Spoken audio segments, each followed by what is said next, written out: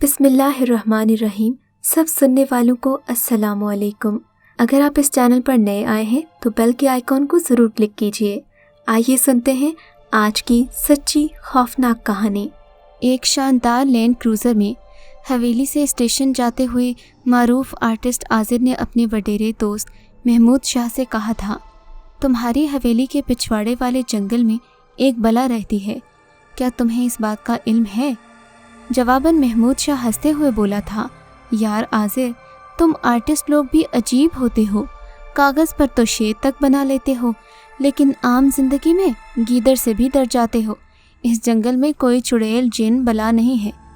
عازر اب کچھ بولا نہیں تھا، وڈیرے محمود شاہ کی باتیں سنتا رہا۔ وہ کسی گہری سوچ میں گم تھا۔ پھر اسٹیشن پہنچتے ہی اس کی ٹرین آ گئی۔ وڈیرے محمود شاہ نے عازر کو بڑی محبت کے ساتھ ایک بار پھر اپنے گاؤں آنے کا وعدہ لے کر رخصت کیا تھا۔ وڈیرے محمود شاہ اور آرٹسٹ عازر کی دوستی کا آغاز اس وقت ہوا تھا جب محمود شاہ کی ماں بیمار ہوئی تھی اور وہ اسے علاج کے لیے ایک بڑے شہر لے آیا تھا۔ انہی دنوں وہاں پر ایک معروف آرٹسٹ عازر کی تصویروں کی نمائش لگی ہوئی تھی۔ محمود شاہ ایک دن پھرتے پھراتے اس گیلری میں جا نکلا جہاں تصویروں کی نمائش ہو رہی تھی۔ عازر لوگوں کو اپنی تصویروں کے بارے میں بتا رہا تھا۔ محمود شاہ کو گھٹن زدہ حالات میں یہ ماحول بڑا اچھا لگا۔ وہ ہر روز یہاں پر تصویروں کی نمائش دیکھنے آنے لگا۔ اس طرح محمود شاہ کی عازر سے پہلے شناسائی ہوئی تھی جو بعد میں دوستی میں بدل گئی۔ وڈیرے محمود شاہ کی ماں صحت یاب ہو گئی تو اس نے واپس گاؤں جانے سے پہلے اپنے دوست عازر کے سامنے گاؤں کی بے حد تعریف کی، ساتھ ہی بہترین لینڈسکیپ کا یقین بھی دلایا۔ وڈیرے محمود شاہ کا گاؤں دریا کے کنارے آباد تھا۔ وہاں ایک بہت بڑی سی ڈھنڈ تھی جو آبی پرندوں سے بھری رہتی تھی۔ پچھواڑے پر ایک جنگل تھا جہاں بہت اچھا شکار مل جاتا تھا۔ اس طرح محمود شاہ نے عازر سے جلد اپنے گاؤں آنے کا وعدہ لے لیا تھا، اور عازر جو کہ قدرتی مناظر کا شوقین تھا، اس نے جلد ہی اپنا وعدہ پورا بھی کر دیا۔ وہ اس روز اس کے گاؤں آیا تو وڈیرے شاہ بہت خوش ہوا تھا۔ اس روز وڈیرہ شاہ جنگل کی سیر کے لیے نکلا تھا۔ یوں تو وہ اکثر جنگل میں لمبی سیر کو جایا کرتا تھا، لیکن اس روز وڈیرے کے ذہن میں عازر کا جنگل میں بلا والا فکرہ ابھر رہا تھا۔ اس نے کہا تھا کہ تمہارے گھر کے پچھلے جنگل میں ایک بلا رہتی ہے۔ پھر شاید وہ اس بلا کی تلاش میں ہی مارا پھر رہا تھا۔ اسے بلا تو کیا ملنا تھی۔ سیر کے دوران اس نے جنگل میں جو منظر دیکھا وہ اس کے لیے نہایت حیران کن اور انوکھا تجربہ تھا۔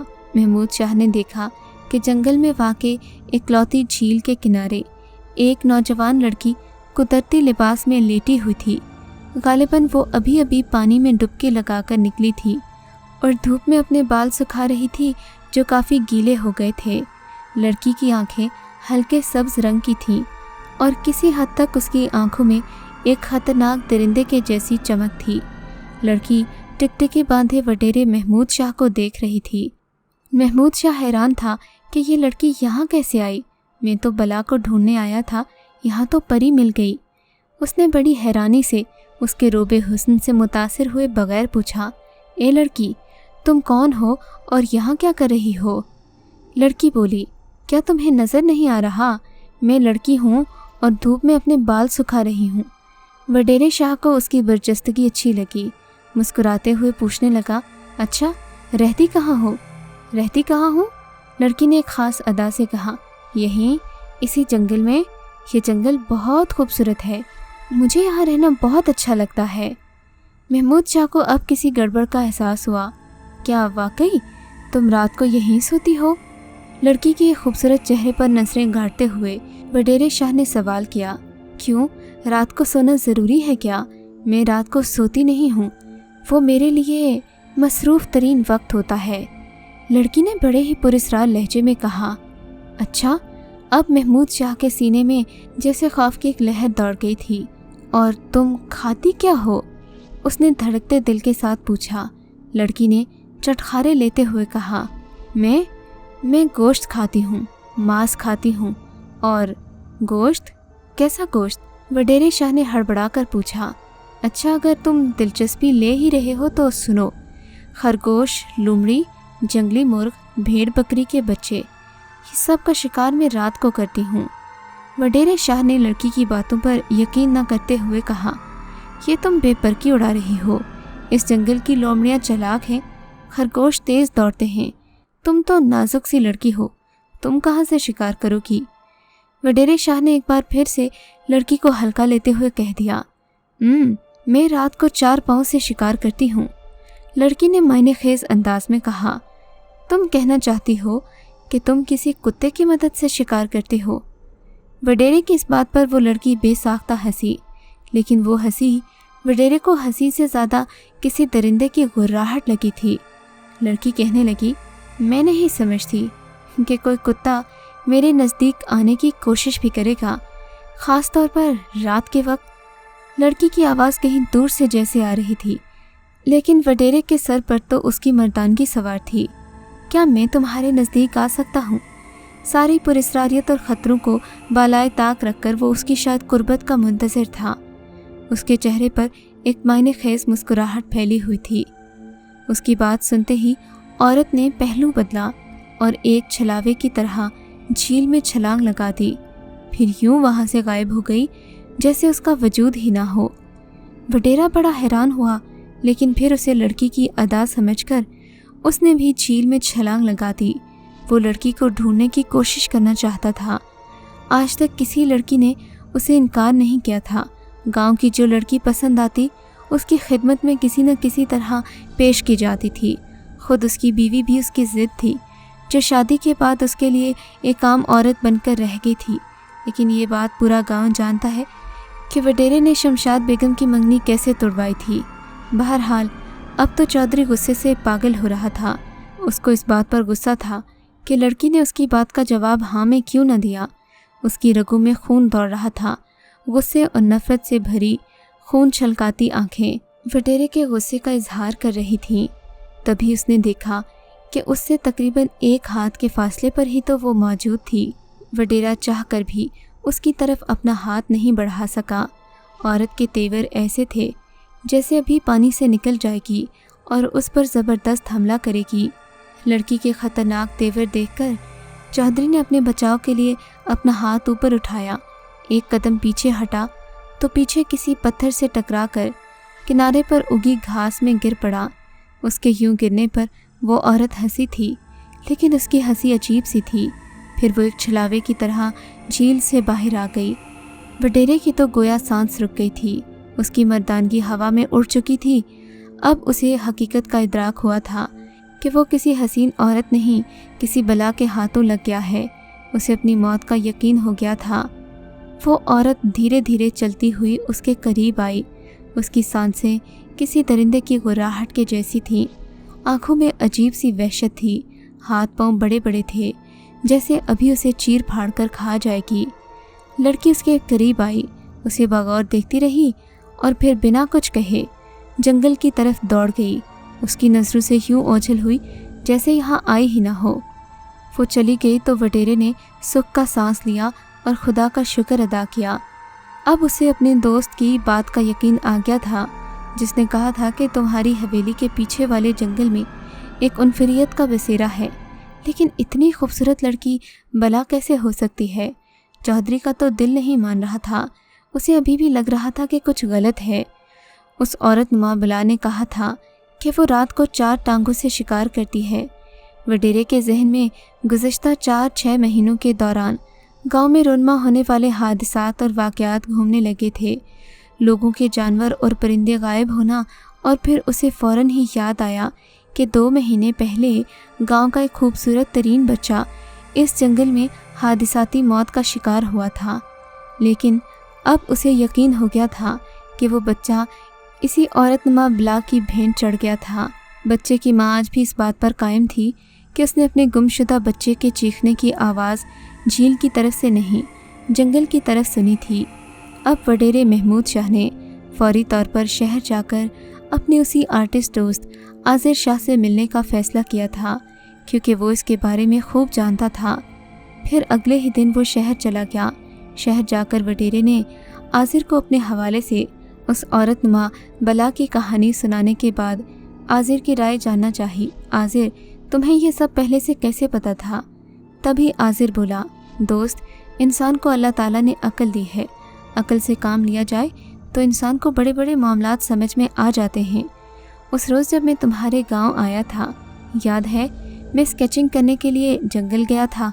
मैंने तुम्हें कहा था कि मैं अकेले जाना चाहता हूँ, वरना मैं स्केचिंग नहीं कर सकता। तुमने मुझे अकेले ही जाने दिया था। जंगल में स्केचिंग करने के काफ़ी देर के बाद मैं हवेली की तरफ वापस आ रहा था। तभी मेरा गुज़र इस झील के पास से हुआ। उस वक्त सूरज गुरूब हो रहा था। मगरिब का वक्त था कि अचानक मुझे झील के किनारे एक औरत स्काई लाइन पर नज़र आई। वो डूबते सूरज की किरणों के बैकग्राउंड में वेनस का मुजस्मा नज़र आई थी। मैं तो उसे देखकर हैरत ज़दा रह गया, क्योंकि मैं गांव के कल्चर से वाकिफ़ नहीं था। मुझे लगा कि शायद कोई औरत यहाँ झील पर गुस्ल करने आई है, मगर मेरी तबीयत काफ़ी ज़्यादा शायराना है।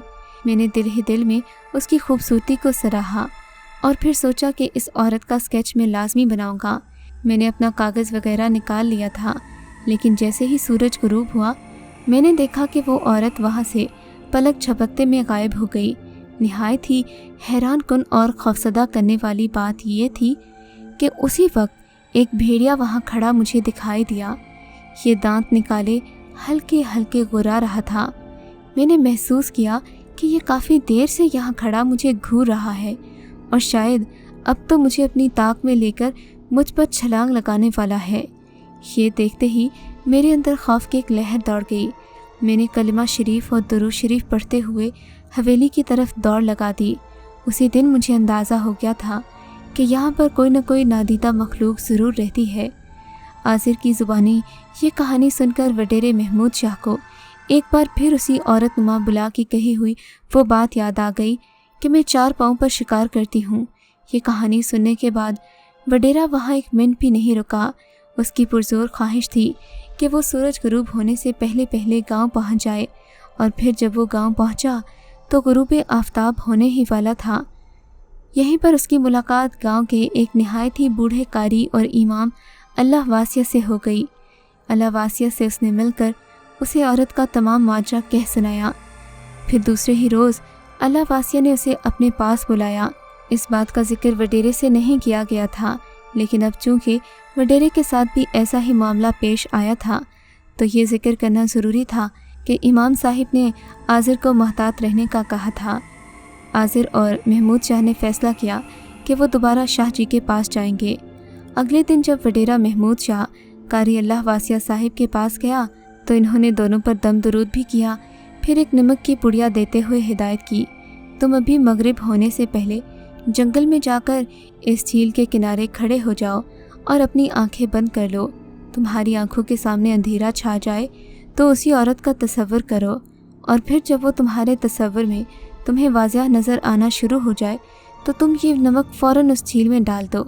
इंशाअल्लाह वो ठहर नहीं पाएगी, बाकी अल्लाह ताला के हाथ में है, वो खैर करेगा। वडेरे महमूद शाह ने उस रोज़ कारी अल्लाह वासिया की बताई हुई बात पर मुकम्मल तौर पर अमल किया था, जिसके बाद पहले उसे झील के पानी में से औरत की निहायत ही क्रिया और भयानक चीखें सुनाई दी, और फिर सामने जंगल से खून में नहाया हुआ भेड़िया बरामद हुआ। वो भेड़िया खून आशाम निगाहों से उन सबको घूर रहा था।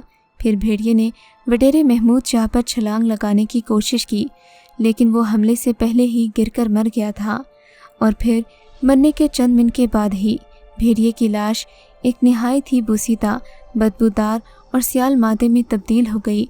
फिर खुद ब खुद उसकी लाश को आग लग गई। वडेरा महमूद ये देखकर हैरान रह गया। इस वाक़े को वो कई साल तक भुला नहीं सका। आज तो खैर 40 साल हो गए हैं। वडेरा महमूद शाह बूढ़ा हो चुका है, लेकिन वो इस वाक़े को नहीं भूला, और भूले भी कैसे, जबकि हर रात वो औरत नुमा बुला उसके ख्वाब में आकर कहती है, तूने मुझे मारा है ना वडेरे, अब इंतज़ार कर उस दिन का जब मैं एक नए रंग और नए रूप के साथ तुझे मारूंगी। वडेरा आज भी इसी बात के साथ, इसी खौफ के साथ न जी रहा है न मर रहा है। वो सोचता है कि उसने अपनी ज़िंदगी में अगर कोई गलती की तो वो उस औरत से बात करना थी, लेकिन क्या करे, इंसान कभी कभी गलती पर गलती करता है। लेकिन एक गलती उसे उन सारी गलतियों की सज़ा दे देती है। चौधरी वडेरे के लिए दुआ करें कि उसे सुकून आ जाए, वरना तो अब उसका बुढ़ापा लोगों के लिए काबिल इबरत बन गया है। इस कहानी को सुनते हुए आपको कैसा लगा और इस कहानी के बारे में आपका क्या ख्याल है, हमें कमेंट्स में ज़रूर बताइएगा।